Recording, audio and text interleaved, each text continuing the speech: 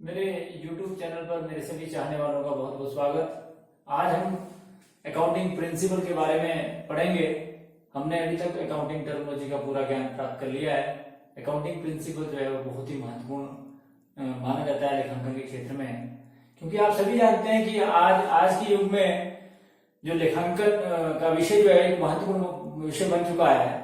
व्यवसाय में बहुत सारे पक्षकार होते हैं जो व्यवसाय में इंटरेस्ट रखते हैं, चाहे वो आपका बैंकर्स है, चाहे फाइनेंशियल इंस्टीट्यूशन है, चाहे इन्वेस्टर है, चाहे क्रेडिटर है, चाहे आपका ओनर है, और चाहे एम्प्लॉय है, और चाहे कस्टमर है। इस प्रकार से बहुत सारे लोग जो है व्यवसाय में इंटरेस्ट रखते हैं। इसलिए व्यवसाय की सूचनाओं को गुप्त रखना बहुत मुश्किल क्रिया है, अर्थात उन्हें गुप्त नहीं रखा जा सकता है।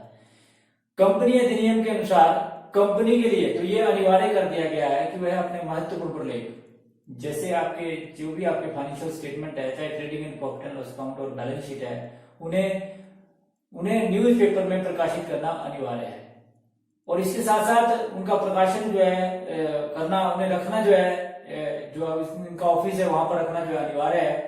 इसलिए ये कहा जाता है कि इसे गुप्त रखना बहुत मुश्किल क्रिया है। दूसरा, जितनी भी कंपनियां होती हैं वह अपने साधनों को, अपने जितने भी उनके पूंजी के साधन होते हैं उनको बनाने के लिए क्या करती है वह कि अपने जो अगर शेयर और डिवेंचर को निर्मित करती है तो उसका न्यूज़पेपर पर जो है एडवर्टाइजमेंट देती है, अर्थात प्रोस्पेक्टस टाइप जो इशू करती है।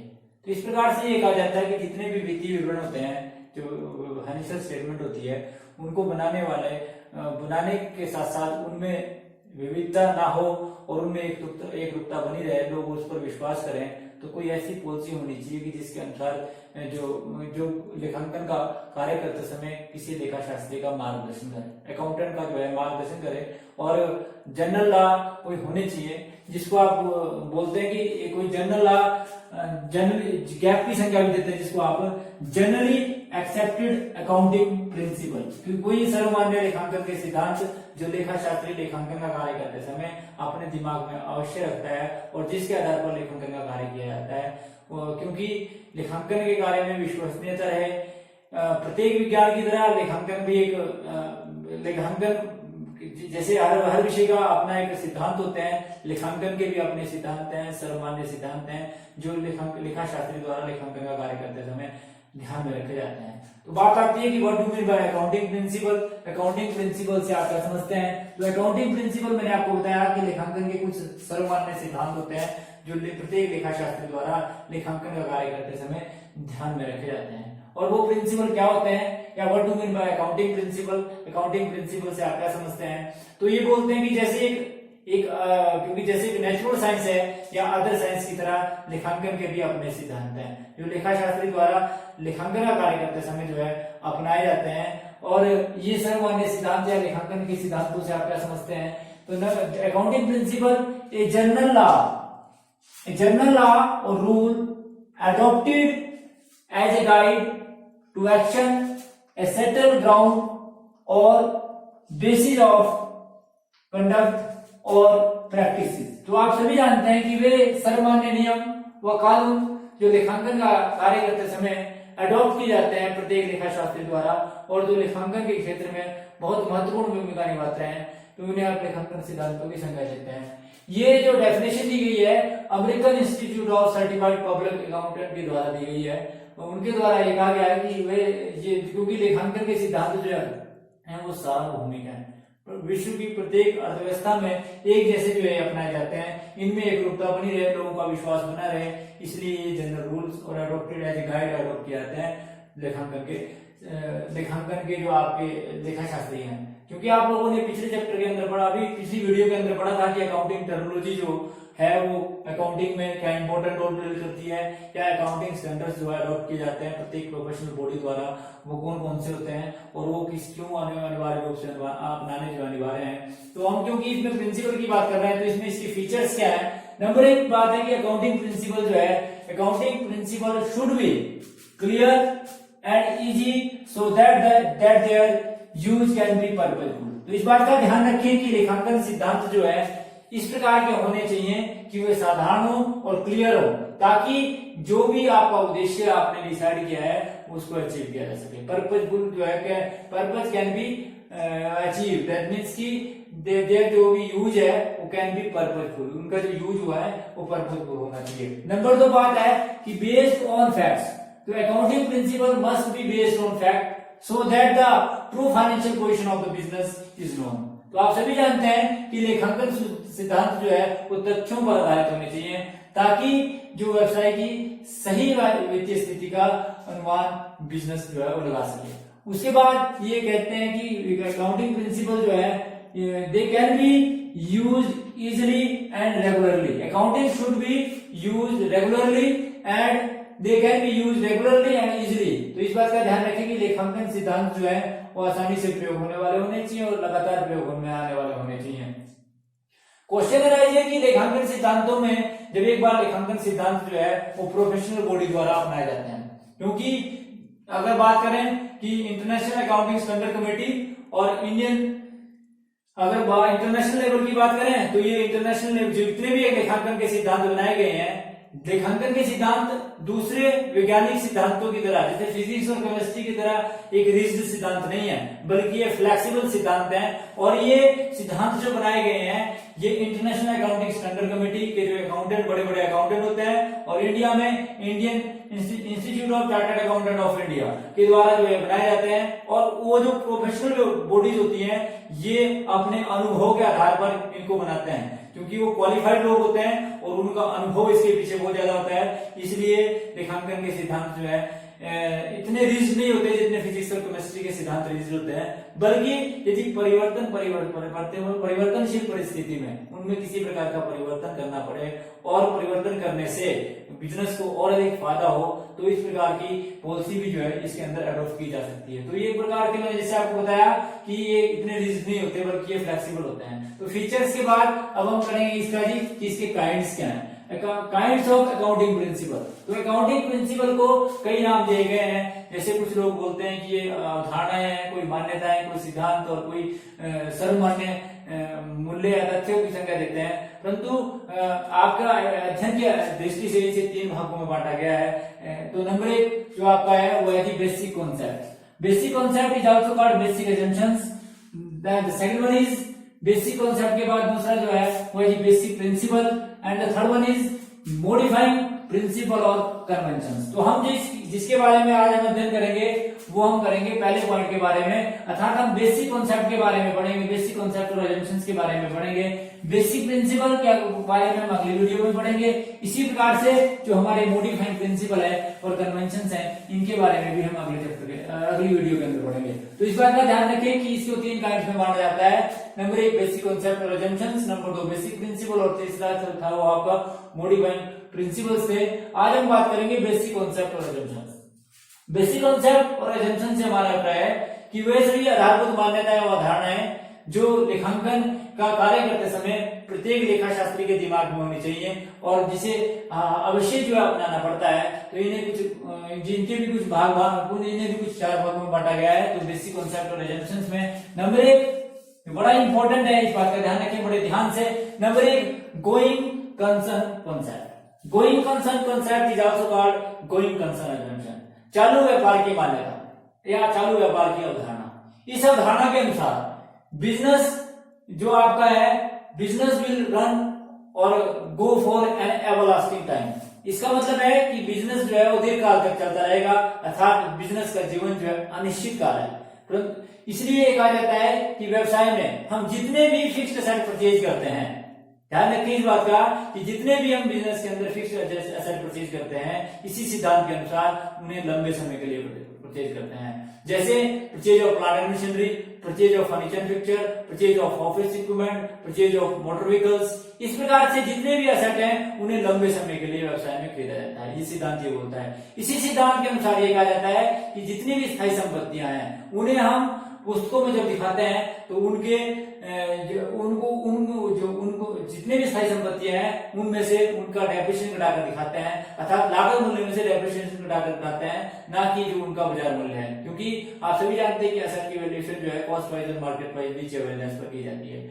इसी सिद्धांत के अनुसार ये कहा जाता है कि हमारे जो एसेट है उन्हें 2 भागों में बांटा जाता है, करंट एसेट और करंट लायबिलिटी। इसी सिद्धांत के अनुसार ये कहा जाता है कि जो हमारी लायबिलिटी है उन्हें भी 2 भागों में बांटा जाता है, शॉर्ट टर्म लायबिलिटी और लॉन्ग टर्म लायबिलिटी। इसी सिद्धांत के अनुसार ये कहा जाता है कि हमारे जितने भी प्रीपेड एक्सपेंसेस होते हैं, जिनका वर्तमान में तो आपको इतना फायदा नहीं होता है, परंतु आने वाले समय में इसका बहुत फायदा होने वाला होता है, क्योंकि prepaid expenses are expenses which is paid in advance. That means कि जिनका खर्चा आपने भुगतान एडवांस में कर लिया है। जिस व्यक्ति को आपने एकदम से, जैसे मान लो फॉर एग्जांपल किसी मजदूर को आपने मजदूरी एडवांस में दे दी, तो इसका मतलब है मजदूर अब आपका असेट बन चुका है और वह आपके लिए काम करेगा। तो इसका मतलब है कि इसलिए इस प्रकार के असेट को जो है वो बैलेंस शीट में असेट साइड दिखाया जाता है, और तब तक जब, क्योंकि आने वाले समय में इसका फायदा होता है।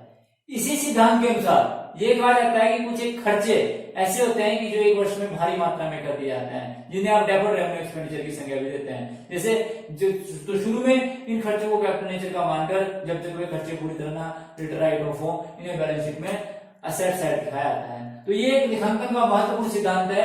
इस सिद्धांत के अनुसार ये कहा जाता है कि business will run for an lasting time for an undefined period of time in future. तो ये कहा जाता है कि बिजनेस जो है वो लंबे समय तक चलता रहेगा, जिसका जीवन जो है वो बहुत लंबे समय तक हुआ। बहुत सारे एग्जाम्पल के द्वारा मैंने आपको एक्सप्लेन किया इसमें कि किस प्रकार से इस सिद्धांत का इंपॉर्टेंट रोल है। उसके बाद अगला जो है वो है जी आपका अकाउंटिंग पीरियड कॉन्सेप्ट।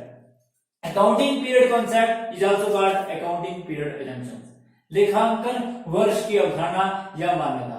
इस सिद्धांत के अनुसार ये कहा जाता है कि बिजनेस जो है वो दीर्घ काल तक चलता रहेगा, परंतु हम व्यवसाय की प्रॉफिटेबिलिटी कंडीशन और व्यवसाय की फाइनेंशियल पोजीशन को जानना चाहते हैं, इसलिए हम जो है वार्षिक स्तर पर उसे आंकते हैं। ये कहा जाता है कि अगर हम, क्योंकि आप सभी जानते हैं एक period of 12 month is called accounting period, 12 माह की अवधि को लेखांकन अवधि कहा जाता है। और इस लेखांकन अवधि के अंदर ये जो है व्यवसाय की प्रॉफिटेबिलिटी कंडीशन और फाइनेंशियल पोजीशन को जानना चाहते हैं। प्रत्येक व्यापारी वर्ष के अंत में ये जानना चाहता है कि उसे प्रॉफिट हुआ या लॉस हुआ या उसकी फाइनेंशियल पोजीशन कैसी है। तो इसलिए वह दो प्रकार के कैलेंडर ईयर को अपनाती है, जिसमें पहला है आपका कैलेंडर ईयर और दूसरा होता है आपका फाइनेंशियल ईयर। तो कैलेंडर ईयर और फाइनेंशियल ईयर, कैलेंडर ईयर से आप क्या समझते हैं, आप सभी जानते हैं calendar year it will be start from 1 January to 31 December. Calendar year जो है वो 12 माह की अवधि होती है और ये 1 जनवरी को स्टार्ट होती है और 31 दिसंबर को खत्म होती है। इसी प्रकार से फाइनेंशियल ईयर अपनाने पर फाइनेंशियल ईयर जो है वो 1 अप्रैल को स्टार्ट होता है और 31 मार्च को खत्म होता है। तो फाइनेंशियल ईयर वित्तीय वर्ष से हमारा अभिप्राय एक ऐसे वर्ष से है जो which start from 1 April and to 31 March. अब यहाँ इस सिद्धांत के अनुसार ये जानना बड़ा अनिवार्य है, क्योंकि आपकी किस ईयर को हम अपनाएं। तो अगर तो आपकी अवधि जो है, क्योंकि अगर कोई बिजनेस जो है बीच में स्टार्ट किया जाता है तो कैलेंडर ईयर अपनाने पर अकाउंट आपके 31 दिसंबर को क्लोज होंगे, और यदि आप फाइनेंशियल ईयर अपनाते हैं तो आपके 31 मार्च को अकाउंट क्लोज होंगे।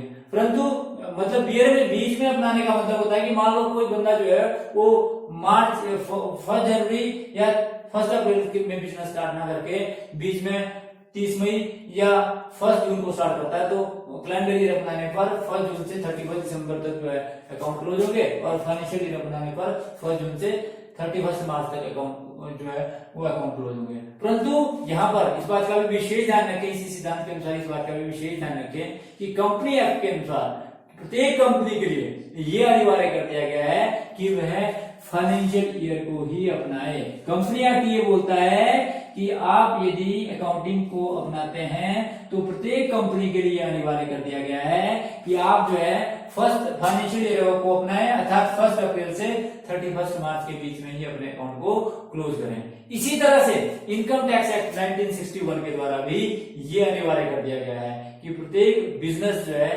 अपने अकाउंट जो है वो 1 अप्रैल से 31 मार्च के बीच में ही क्लोज करें। तो इस प्रकार से ये कहा जाता है कि जो आपका कैलेंडर ईयर और फाइनेंशियल ईयर के बीच में से डिवाइड किया है अकाउंटिंग इस कॉन्सेप्ट के अनुसार, क्योंकि प्रत्येक व्यवसाय की प्रॉफिटेबिलिटी और फाइनेंशियल पोजीशन को जानना चाहता है। A period of 12 month is accounting period. It has two type, calendar year और financial year. Calendar year will be start from 1 January to 31 December and financial year will be start from 1 April to 31 March. Each and every company compulsory that accounting period must be adopted for 1 April to 31 March, or when you are adopted according to Income Tax Act, it is also compulsory that each and every business adopt financial year and it will be start from 1 April to 31 March. तो इस प्रकार से ये था आपका सिद्धांत accounting period concept या accounting period assumption. उसके बाद अगला सिद्धांत है जी बिजनेस एंटिटी एजम्पशन, व्यवसाय अस्तित्व की मान्यता या अवधारणा, बिजनेस एंटिटी कॉन्सेप्ट और बिजनेस एंटिटी एजम्पशंस। तो बात आती है कि बिजनेस एंटिटी एजम्पशन से आप क्या समझते हैं। इस सिद्धांत के अनुसार, इस सिद्धांत ये भी एक लेखांकन का महत्वपूर्ण सिद्धांत है। लेखांकन के विद्यार्थियों को इस सिद्धांत का ज्ञान होना भी बहुत अधिक अनिवार्य है। इस सिद्धांत के अनुसार ये कहा जाता है कि व्यवसाय और व्यवसाय के स्वामी का अलग अलग अस्तित्व होता है, अर्थात according to this concept the owner and the business are distinguished from each other, कि वह दोनों एक दूसरे से अलग हैं। व्यवसाय में हम जो भी गतिविधियां करते हैं वह व्यवसाय के लिए की जाती है, ना कि व्यवसाय के स्वामी के लिए। इसी सिद्धांत के अनुसार ये कहा जाता है कि व्यवसाय और व्यवसाय के स्वामी का दोनों का अलग अलग अस्तित्व होता है। जब हम व्यवसाय की प्रॉफिटेबिलिटी कंडीशन के बारे में बताते हैं तो हम व्यवसाय की प्रॉफिटेबिलिटी कंडीशन के बारे में बताते हैं, ना कि व्यवसाय की। इसी प्रकार से जब हम व्यवसाय की फाइनेंशियल पोजीशन के बारे में बताते हैं तो हम व्यवसाय की फाइनेंशियल पोजीशन के बारे में बताते हैं, ना कि व्यवसाय की। इसी सिद्धांत के अनुसार ये कहा जाता है कि व्यवसाय में बहुत महत्वपूर्ण मद है, जैसे असेट, लायबिलिटी, कैपिटल और अन्य सारी मद हैं, उनका रिलेशन जो है वो मालिक से होता है, मालिक से ना होकर व्यवसाय से होता है। इसी सिद्धांत के अनुसार ये कहा जाता है कि व्यवसाय और व्यवसाय के स्वामी का अलग अलग अस्तित्व होता है। एक एग्जाम्पल के द्वारा आपको समझाएं कि ये सिद्धांत कैसे उत्पन्न हुआ। कि एक बोलते हैं कि एक सोलोमन नाम का एक व्यापारी था, वह जूते का व्यापार करता था और जूते का व्यापार करते करते वह व्यक्ति जो है वो दिवालिया हो गया। तो उसने उसी कंपनी का नाम था सोलोमन, उसका नाम था सोलोमन। तो कंपनी जब जिन व्यक्तियों का जब वह व्यक्ति दिवालिया हो गया तो जिन व्यक्तियों ने उस व्यक्ति से लेना था तो उन व्यक्तियों ने उस पर केस किया। केस का फैसला ये आया, जो केस का फैसला है, क्योंकि लंबी कहानी सुनाने पर ये वीडियो जो थोड़ी लंबी हो जाएगी। तो जब केस का फैसला आया, जब कोर्ट में ये फैसला हुआ कि एक सोलोमन अलग है और सोलोमन एंड सोलोमन नाम की कंपनी जो है अलग है, तो इसलिए ये कहा जाता है कि उसकी पर्सनल प्रॉपर्टी को, जो उसकी अपनी पर्सनल प्रॉपर्टी थी, उसका कंपनी जो मालिक है उसके दायित्व का भुगतान करने में जो व्यवसाय के जो दायित्व है उसका भुगतान जो उसकी पर्सनल प्रॉपर्टी से नहीं किया जा सकता, बल्कि व्यवसाय की जितनी भी प्रॉपर्टियां हैं उन्हीं को बेचकर जो है उसका भुगतान किया जा सकता है। तो इस प्रकार से ये कहा जाता है कि व्यवसाय और व्यवसाय के स्वामी का अलग अलग अस्तित्व होता है। जब व्यवसाय का स्वामी व्यवसाय में पूंजी लगाता है तो व्यवसाय जो है उस व्यक्ति का लेनदार बन जाता है। और इसी प्रकार से जब व्यवसाय का मालिक जो है व्यवसाय से कुछ निकालता है, आहरण करता है, ड्राइंग करता है, तो वह व्यवसाय का देनदार बन जाता है। यहाँ लेनदार और देनदार को समझाने से हमारा अभिप्राय कि मालिक कैपिटल और ड्राइंग के बीच में लेनदार और देनदार का डिफरेंस बताना नहीं है, बल्कि ये बताना है कि व्यवसाय और व्यवसाय के स्वामी दोनों का अलग अलग अस्तित्व होता है। व्यवसाय अलग चीज है और व्यवसाय का स्वामी अलग है। ये सिद्धांत इस बात को क्लियर व्याख्या करता है। तो ये था जी आपका बिजनेस एंटिटी एजम्पशंस या बिजनेस एंटिटी कॉन्सेप्ट। उसके बाद अगला कॉन्सेप्ट है जी आपका मनी मेजरमेंट एजम्पशंस या money measurement concept. So that is also a very important principle of accounting. According to this principle, only those transactions are recorded which are expressed in terms of money. That means non-monetary transaction will not record in the books of account. However, they play a very important role in accounting. ये इस सिद्धांत के अनुसार ये कहा जाता है कि ये लेखांकन का एक बहुत ही महत्वपूर्ण सिद्धांत है। इस सिद्धांत के अनुसार ये कहा जाता है कि व्यवसाय में जिन व्यवहारों का हम लेखा जोखा करते हैं उनका कोई मौद्रिक मूल्य होता है, अर्थात ओनली दो transaction will record which are express in terms of money. That means non monetary transaction will not record in the books of account. For example you can say कि हमारे पास हमने व्यवसाय शुरू किया, सो रेफ्रिजरेटर से 20 टेलीविजन से 20 computer से 20 vacuum cleaner से या इस प्रकार से बहुत सारी इलेक्ट्रॉनिक्स आइटमों को आपने बोला, तो ये व्यवसाय के लिए अर्थपूर्ण है क्योंकि इनका कोई मौद्रिक मूल्य नहीं बताया गया है। इसके स्थान पर यदि ये कहा जाए कि हमने इलेक्ट्रॉनिक व्यवसाय को 5 लाख से शुरू किया तो ये व्यवसाय के लिए अर्थपूर्ण माना जाएगा और इसका व्यवसाय में लेखा जोखा किया जाएगा। इसी सिद्धांत के अनुसार ये कहा जाता है कि व्यवसाय में जो भी भावनात्मक तथ्य होते हैं या जो क्वालिटेटिव एस्पेक्ट्स होते हैं उनको इग्नोर किया जाता है, यद्यपि व्यवसाय पर इनका भी प्रभाव पड़ता है, जैसे कर्मचारी की कुशलता, मैनेजर की एफिशिएंसी, कर्मचारियों का स्ट्राइक करना, गवर्नमेंट के रूल और रेगुलेशन, ये सारी बातें जो है और ना जाने कितनी बातें व्यवसाय पर इफेक्ट करती हैं, परंतु इनका मौद्रिक मूल्य न होने के कारण इन्हें व्यवसायिक लेन देनों में लिखा नहीं जा सकता। तो इसलिए ये कहा जाता है कि ये भी जो है ये व्यवसाय के लिए महत्वपूर्ण नहीं मानी जाती। इसलिए only those transaction are recorded which are expressed in terms of money, that means कि non monetary transaction will not record in the books of account. तो इस बात का विशेष ध्यान रखें। ये आपके कुछ कॉन्सेप्ट्स थे, बेसिक कॉन्सेप्ट थे, एजम्पशंस थे, जिनके आधार पर हमने व्यवसायिक लेन देनों का लेखा जोखा करना है। तो बात आती है कि इसकी इंपॉर्टेंस क्या है। इंपॉर्टेंस की अगर बात करें बेसिक कॉन्सेप्ट और एजम्पशंस की, तो ये कहा जाता है कि ये लेखांकन के बहुत ही महत्वपूर्ण अवधारणाएं और मान्यताएं हैं जो प्रत्येक लेखा शास्त्री द्वारा लेखांकन का कार्य करते समय अवश्य अपने दिमाग में रखनी होगी। और यदि वह लेखांकन के कार्य में एकरूपता लाना चाहता है या लेखांकन का कार्य में दूसरे लोग विश्वास करें और लेखांकन के तथ्य जो है वो तुलना योग्य हो और सभी लेखा शास्त्री जो है एक जैसी लेखांकन पद्धति को अपनाए, तो इन्हें बेसिक कॉन्सेप्ट जो आपको बेसिक कॉन्सेप्ट और एजम्पशंस बताई गई है, इनको अपनाना अनिवार्य है। तो इस प्रकार से thanks for watching the video. Please like and subscribe my channel.